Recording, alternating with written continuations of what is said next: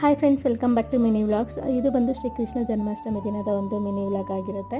Actually ಈ ವರ್ಷ ಕೃಷ್ಣ ಜನ್ಮಾಷ್ಟಮಿ ಬಂದು ತುಂಬ ಸಿಂಪಲಾಗಿ ತುಂಬಾ ಬೇಗನೆ ಆಗೋಯ್ತು ಅಂತಲೇ ಹೇಳ್ಬೋದು. ನಾವು ಬಂದು ಈ ವರ್ಷ ವರಮಹಾಲಕ್ಷ್ಮಿ ಹಬ್ಬನ ಅವತ್ತಿನ ದಿನವೇ ಆಚರಣೆ ಮಾಡಲಿಲ್ಲ. ಸುಮ್ಮನೆ ಪೀರಿಯಡ್ ಪ್ರಾಬ್ಲಮ್ ಇತ್ತು ಅಂತ ಹೇಳ್ಬಿಟ್ಟು ಸೊ ಅದ್ರ ನೆಕ್ಸ್ಟ್ ವೀಕ್ ನಾವು ವರಮಹಾಲಕ್ಷ್ಮಿ ಹಬ್ಬನ ಸೆಲೆಬ್ರೇಟ್ ಮಾಡಿದ್ದು. ಸೊ ಅದ್ರ ನೆಕ್ಸ್ಟ್ ಡೇನೇ ಕೃಷ್ಣ ಜನ್ಮಾಷ್ಟಮಿ ಇತ್ತು. ಸೊ ಹಾಗಾಗಿ ಹಿಂದಿನ ದಿನ ವರಮಹಾಲಕ್ಷ್ಮಿ ಹಬ್ಬ ಏನು ಮಾಡಿದ್ವಿ, ಅದರ ನೆಕ್ಸ್ಟ್ ಡೇ ಶನಿವಾರ ಪೂಜೆ ಎಲ್ಲ ಮಾಡಿ ಕಳಶನೆಲ್ಲ ಕದಲಿಸಿ ಆಯಾ ಪ್ಲೇಸ್ಗೆ ಅದನ್ನೆಲ್ಲ ಇಟ್ಟಿಟ್ಬಿಟ್ಟು ಅದೇ ಒಂದು ಪ್ಲೇಸಿಗೆ ಕೃಷ್ಣನ ಫೋಟೋ ಇಟ್ಟು ಮತ್ತು ಅವನಿಗೆ ಪ್ರಿಯವಾದ ಬೆಣ್ಣೆ ಮತ್ತು ಚಕ್ಲಿ ಕೋಡ್ಬಳೆ ನಾರ್ಮಲಾಗಿ ಆ್ಯಸ್ ಯೂಶ್ವಲಾಗಿ ಅವಲಕ್ಕಿ ನಾನು ಮಾಡೇ ಮಾಡ್ತೀನಿ ಪ್ರತಿಯೊಂದು ಕೃಷ್ಣ ಜನ್ಮಾಷ್ಟಮಿನಲ್ಲೂ.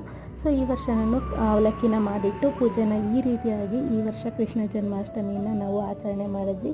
ಸೊ ಇದಾಗಿತ್ತು ಕೃಷ್ಣ ಜನ್ಮಾಷ್ಟಮಿ ದಿನದ ಒಂದು ಸಿಂಪಲ್ ಲಾಗ್ ಅಂತಲೇ ಹೇಳ್ಬೋದು. Thank you for watching. ಇಷ್ಟ ಆದರೆ ಲೈಕ್ ಮಾಡಿ, ಶೇರ್ ಮಾಡಿ.